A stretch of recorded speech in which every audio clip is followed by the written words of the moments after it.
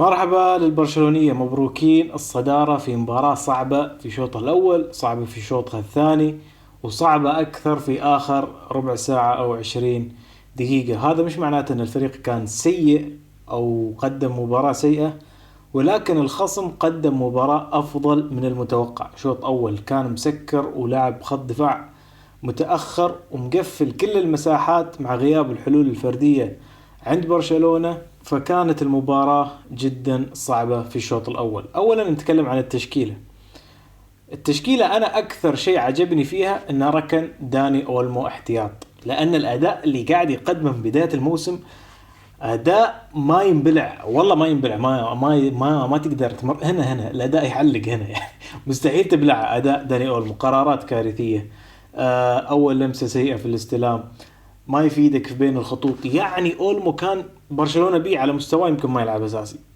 مين الاحتياط اللي موجود؟ دورو كم عمره؟ 17 سنة، ما لعب ولا مباراة رسمية مع الفريق.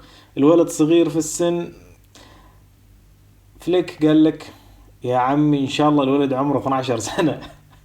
اولمو باداك ومستواك هذا لازم تعرف انه عادي، انا بحطك احتياط ولو رافينها مصاب، ولو لامين غير جاهز، ولو عندي غيابات، انت لازم تحسن مستواك. وهذا تهديد واضح وصريح لك انك يا تعدل مستواك يا انك ما راح تلعب. طبعا التشكيلة كان فيها ضعف نوعا ما من الناحية الهجومية، لانك عندك روني باردغجي السويدي السوري، لاعب جيد وممتاز، ولكن تحس بعده يحتاج وقت، وبعده صغير ترى 19 سنة اتوقع. فاللاعب لسه صغير، عنده امكانيات زينة، ولكن بعده حتى لو بتلاحظوا في المباراة مع الوقت كان مستواه قاعد يرتفع، كان قاعد يصير افضل، حتى بداية الشوط الثاني تحسه صار افضل. فالولد يعني قاعد ياخذ ثقة اكثر واكثر مباراة بعد مباراة. لكن دوره، الولد اللي ما اقول لك انه قدم شوط جيد بصراحة، بالعكس، في البداية كان جريء، قاعد يستلم وياخذ ويعطي وكذا، انقطعت منه كورة بعدها صار يخاف. وهذا الطبيعي للاعب عمره 17 سنة، مش اللي كان يسويه لامين يامال وهو 17 سنة، لأن هذاك شيء خارق للعادة وغير طبيعي. الطبيعي أن اللاعب الصغير لما يغلط يخاف. ولكن كنت أتمنى أن عادي يعني، أو اللعيبة اللي جنبه ليفا بيدري يكلموه أن عادي، تعال اطلب الكورة واستلم، ما فيها مشكلة لو خسرتها. لأن لو بتلاحظوا في البداية كان يسلم ويستلم وكذا أول 10 دقائق، وبعدين خسر الكورة وتحسه طلع شوي من الجو ويخاف انه يغلط. وهذا اخطر شيء في لعب كرة القدم، انك تخاف انك تغلط. المفروض انك تلعب وانت كذا ولا كذا بتغلط، خاصة يوم تكون في الصغير في العمر. ليفا كان يحاول لكن ما قاعدة توصله فرص، والدليل اول ما دخل لامين يامال في الشوط الثاني شفنا كيف فرق ليفا ووصلته فرص كثيرة، وداني اولمو بعد يتحرك. والمهم خلينا نكمل الحين في التشكيلة. راشفورد يعني قدم شوط جيد، ولكن احس ان راشفورد عنده اكثر من هالمستوى. هذا مش قمة مستوى راشفورد عنده افضل من كذا. خط الوسط طبيعي بيدري، دي يونغ، طبعا قدامهم دورو الولد الصغير. والدفاع كان طبيعي نفس الشيء، يعني قاعدة تصير تغييرات كثير في قلوب الدفاع، ولكن الى الان التغييرات هذه ما حسيتها انها مأثرة كثير بالتفاهم او مسبب مشاكل كبيرة. الا ان كريستنسن اليوم كان يسرح كثير في خط التسلل اكثر من مرة غلط، قاعد يرجع وناسي ان الفريق قاعد يلعب على التسلل ولا شو. بصراحة غريبة من كريستنسن، ولكن الحمد لله ما تسبب بهدف او مصيبة يعني. وتشيزني طبعا هو الحارس الاساسي اللي بيكون معاك حاليا لين نهاية اصابة خوان غارسيا. اذا بنتكلم عن الاداء اللي لعبوا اساسيين، تشيزني كان جيد، ما اقدر انتقده يعني، ما سوى شيء كبير وما تلقى اصلا هجمات كثير خطيرة عليه. فتشيزني نقدر نقول جيد نوعا ما، يعني ما كان له تأثير كبير في المباراة. جيرارد مارتن يا جماعة بدأ يرجع لجيرارد مارتن اللي كنا نعرفه زمان.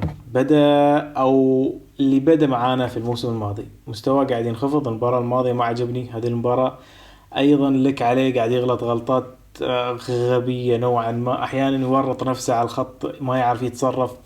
فجيرارد مارتن لك عليه هذه الفترة الأخيرة. كوندي كالعادة رجل في المباراة، إلا أنه كان بيجيب غلطة كان بيخلي ريال سوسيداد يرجع بالمباراة، ولكن قدم مباراة جيدة.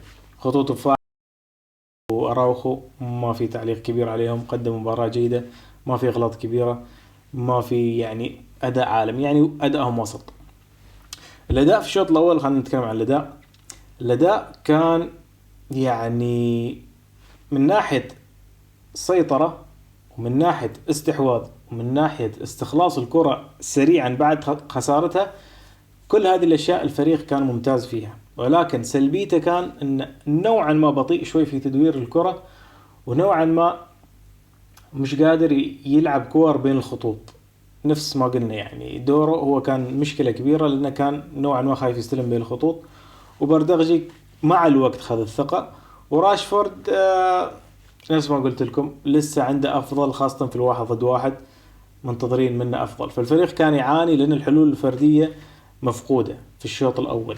رغم ذلك كان جيد من ناحية استخلاص الكرة بسرعة وعدم إعطاء ريال سوسيداد فرص كثيرة. فريال سوسيداد تقريبا ما هجم عليك غير هجمة واحدة وسجل منها، ويمكن في هجمة ثانية الله أعلم إذا نسيت، ولكن اللي أتذكرها هجمة الهدف، وما كان في أي هجمة خطيرة تقريبا.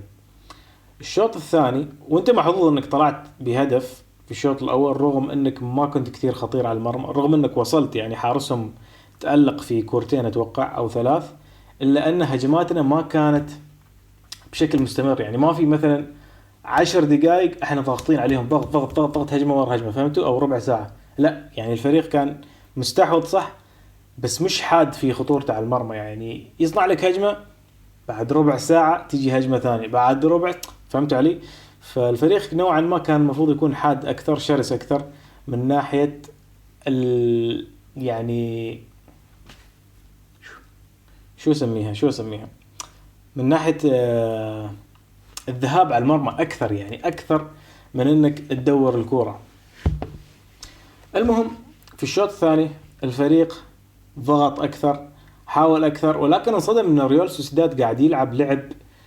تغير ريال سوسيداد الشوط الثاني. الشوط الثاني ريال سوسيداد قام يضغط من قدام، فاجأ برشلونة شوي في أسلوبه.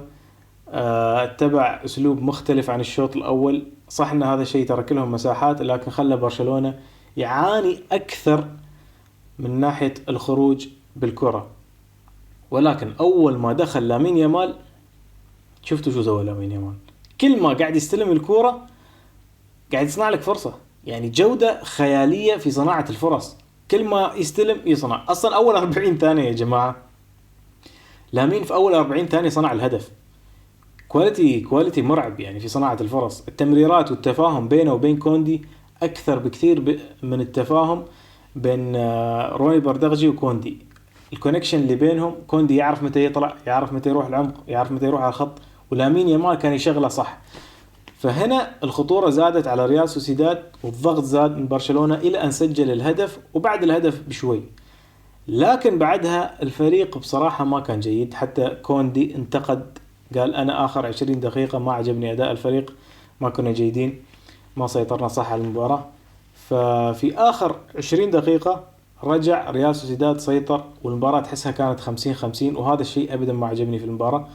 أسوأ حتى من الشوط الأول، لأن الفريق ما تعرف، تحسه تعب نوعا ما، فقد السيطرة على رتم المباراة، فقد السيطرة على النص، فقد الاستحواذ. حتى كان مطلوب من الفريق الاستحواذ، وعمل اللي عملوه في مباراة نيوكاسل، لكن ما قدروا يعملوا هذا الشيء. ولكن عدت على خير، ناس ما تقولوا عدت على خير. هل كان في شيء مطلوب من فليك في الشوط الثاني أو آخر 20 دقيقة وما عمله؟ والله ممكن أنه كان مثلا يدخل وسط رابع يحاول يستحوذ أكثر، ولكن بتضطر تتخلى عن ليفاندوفسكي في هذه الحالة، وممكن تطلع أولمو أكثر وتلعب كاسادو في الخلف. لكن دخل كاسادو في وقت بدل ضيع عشان يضيع وقت. وعدت الدقائق الأخيرة بسلام نفس ما نقول، وفوز جميل.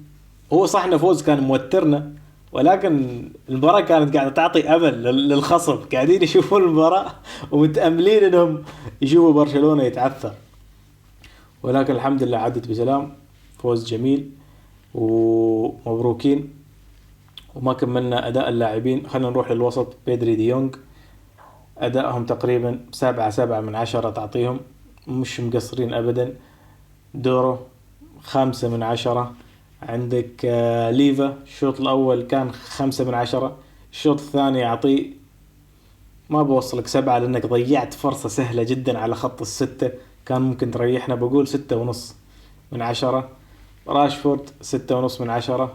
أولمو كان متحرك بصراحة أفضل من المباريات السابقة بكثير، لكن كان يتفلسف شوية إنه كثير يلعب في العمق. كم كورة كذا كان يقدر يلعبها لراشفورد ويخلص لك إياها راشفورد، لا كان مصمم إنه يلعبها لليفا ويلعب للعمق على أساس إنه يفاجئ المدافعين. فهذه النقطة شوي ما عجبني، ولكن قدم أداء أفضل من المستويات الماضية، فنعطيه 7. يلا مجاملة 7 تشجيعية. لامين يامال 7.5، دخل خلص لك المباراة ريح مع انه غير جاهز. انتوا شو رايكم في المباراة يا جماعة؟ نتمنى ان المخزون اللياقي لبيدري في المباراة الجاية يكون على قدر المستوى، خاصة بيدري وديونج. اما البقية في تدوير جيد بينهم نفس ما نقدر نقول يعني، لكن بيدري وديونج مستهلكين، او بالذات بيدري مستهلك في اخر فترة، ما قاعد يريح ابدا. فلكل اللي شاف الفيديو مشكور، لا تنسى اللايك والسبسكرايب اذا مش مشترك، وحياك الله.